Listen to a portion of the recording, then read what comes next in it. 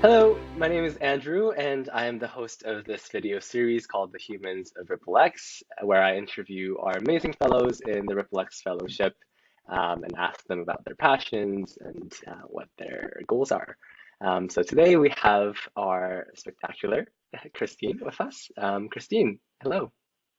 Hi, Andrew. It's so nice to be here and talking to you. Yeah, thank you for coming on. So could you just introduce yourself? Are you a founder? Are you a VC? What are your passions like, and so on? Yep, for sure. So I'm an aspiring VC. I'm currently a fourth year accounting and financial management student at the University of Waterloo. Started my Mhm. undergrad being very determined to get my CPA, but joined the student venture fund there and got really passionate about venture capital and entrepreneurs. I've also recently been a venture capital analyst at Intact Ventures. So through those experiences, I realized that I really love VC and I'm looking to pursue a career in it in the future. So yeah, really love VC and am down to learn so much more about it. Right, right. Yeah, I definitely resonate with the CPA path. I was also on it, but I had to leave it to pursue other things. But yeah, that sounds great. Sounds great. So I'm interested on whether you have an industry that you're specifically interested in, or maybe like founder demographic, for example. Yep, for sure. I think through my experiences with like getting a business like specific degree and like seeing accounting and finance, I am interested in fintech and I'm really passionate about financial literacy, for example. Like I love businesses that like turn to educating people or like underserved populations and providing them with financial services or teaching them how to leverage financial services more. So I really love Right. fintech as well as I got to look at some fintech investments at my time at Intact Ventures as well. So it kind of Hmm. that's where my interest comes from. I'm also specifically really interested in founding and female founders and Okay. investing into them because they are underrepresented right now. And I think that with female founders and just like the issue there, you need women at both sides of the equation. So you need women VCs to understand the Hmm. problems that women founders are trying to solve. So that's something Hmm. else that I'm Hmm. also really passionate about. So I think those are like the two main things that I'm interested in. Okay. Yeah, I think that's great on how you have that interest in supporting underrepresented founders and underrepresented maybe demographics. And that's what I also try to do in my student venture fund at the Montreal Social Value Fund, where we invest in different demographics and ventures that create solutions to different issues. So I think that's great. I'm curious, what was your motivation to join the RippleX Fellowship? So I've like heard of the RippleX Fellowship. Like I think I followed Dom or like somebody, an alumni, and I'd always see, I Mhm. think every semester, like the applications would go live. And I kind of told myself I'd apply to that later on. I kept Yeah. on pushing it.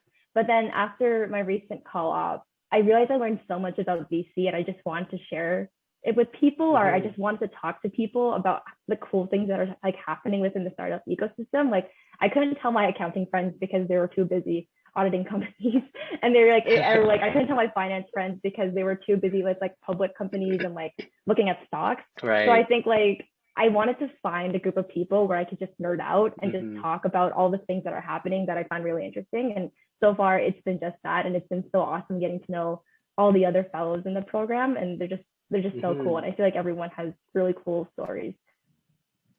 Yeah, definitely. This community that the Ripple Fellowship brings, definitely um, are people that you can talk about these things, right? The private markets that are very different from the public markets, as well as the concept of VC and pre-stage and early stage um, investing. So I definitely resonate with that. Typical interview question: where do you kind of see yourself in like 3 to 5 years?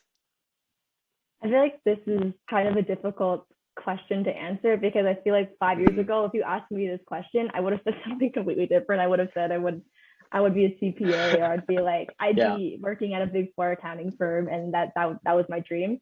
But I Uh-huh. think for now, I do see myself in the next 5 years. I'm doing something in the startup ecosystem in Toronto, or I'm like Okay. somewhere. Like I'm doing something that has to do with entrepreneurship, and I'm doing something that has to do with startups, whether I'm like investing in them or I'm working at one, like I feel like that's Right. where I see myself the next 5 years. But we'll see. I could be completely wrong again. So yeah. Yeah. Yeah. And maybe like you can look back at this interview later on and be like, oh, that's what I said 5 years ago. And it'd be interesting to see where you're at that point, and Mhm. where I am at that point. Um, yeah, maybe one more question. Uh, what is something that you would like people to know more of? Like maybe what is something that you can share, something that you know that you want to share with the world.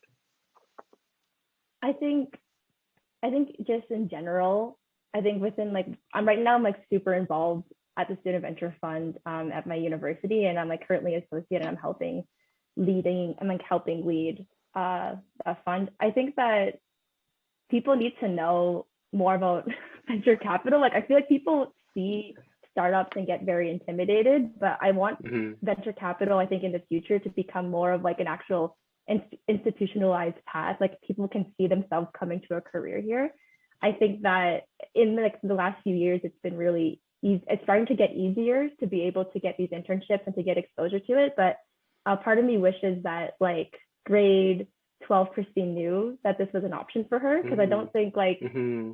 I don't know if she would have picked accounting off the bat if she knew that she could have been doing this. And Right. I think just people need to know more about venture capital, and we need to figure out a way to kind of make it easier for people to see that as a potential career for themselves. So yeah. Hmm. Hmm. Yeah, definitely. Maybe like even we can go into classrooms and talk about VC. Um, I think that could be a very interesting um, way to give back to the community, of our learnings through RippleX, and just our opportunities to have these internships and be in this space. Okay, so just to kind of wrap up, if people wanted to follow you, or connect with you, what should they do and how should they do that? I feel like for like professionally, I think LinkedIn is probably the best fit for me. I'm still trying to figure out how I'm going to do this. I want to like develop my personal brand a lot more in the future, so like stay tuned Uh-huh. for that. But like if you hit me up on LinkedIn, I'm always down to um like get a coffee and just like just virtually chat with people. I just love hearing people's stories and meeting new people. So yeah. Hmm. Okay, sounds good. Well, Christine, thank you for coming on. I really enjoyed our chat and I look forward to all the tests to come. Yeah, for sure. It was really fun. Thank you. So yeah, that's it for today, everyone. Thank you for tuning in, and please follow up on the more in the chats to come in the coming weeks. So yeah, thank you. Bye.